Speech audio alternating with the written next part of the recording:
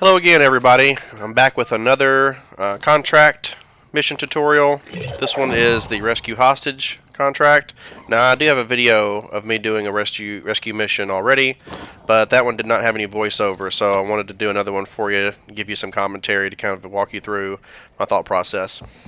One of the things that I do want to point out very quickly, and I've kind of foreshadowed this in a couple of my other videos, was I'm running around with a pistol right now, my trusty DEAGLE, the Desert Eagle. I've got it customized for suppressed fire. That lets me engage enemies quietly oftentimes before they can fire a shot, which saves me some plates, keeps me from getting into a big battle like this. Unfortunately, that didn't work out here because the guy at the gas station apparently has eagle eyes. But that means I'm going to bug out here because I'm not looking to fight a bunch of NPCs and the helicopters squad that are coming after me. So when you're solo, always good to play it a bit safer and disengage. Come back around if you need to, or if this is not part of your main mission, don't worry about it, because oftentimes you will spend more plates and ammo on a needless fight. So pick your battles. So here we're moving towards the location for the hostage. We've already accepted the mission. We know where he's at. We're going to go pick him up. Once we get there, we're going to have to take out the squad that's guarding him. Oftentimes you'll have to disarm a bomb that's strapped to them before they die. So you want to make sure that you're prepared to storm the place and get through quickly once you get there. And then once that's done, you'll need to escort the hostage to the exfil point. One of the things you're going to notice as I come up close to this is there's a NPC in the window that's visible. Really good tip here.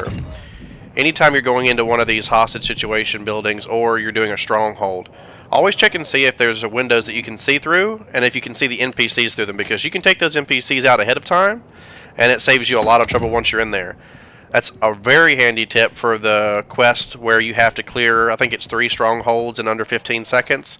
It's invaluable to take some enemies out ahead of time. So I'm just checking to make sure we're ready, and we're going to bust in. You'll notice these guys are level 3. They've got all the full plate and armor on, but the DEAGLE makes quick work. 2 to 3 shots and they're down. It's one of the reasons why I love it so much. Really has a lot of stopping power.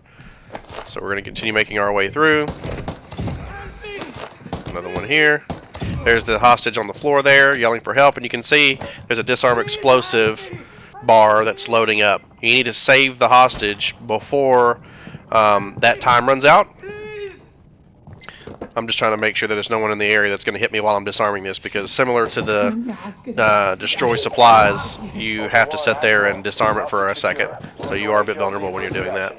Now I'm going to plate up, see if I can collect some more ammunition or anything before we go.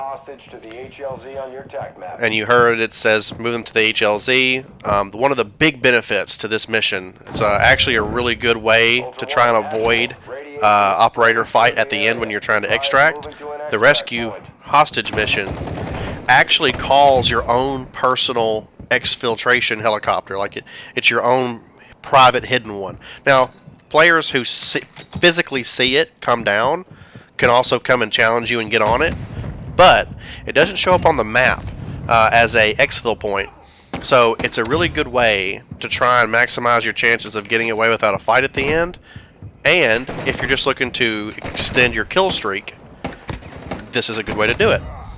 Another big tip, you'll notice that the hazmat zone is, the timer is ticked out, so the hazmat area is expanding.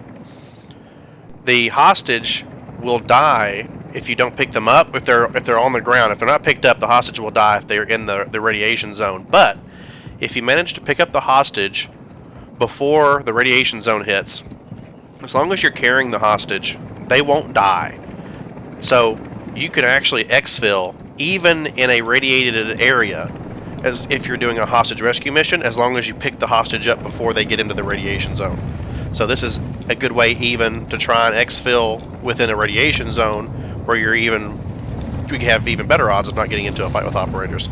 So we popped up there. I'm going to drop them off. There's some gas masks in this helicopter. It's a good way to get a gas mask on your way out if you need to.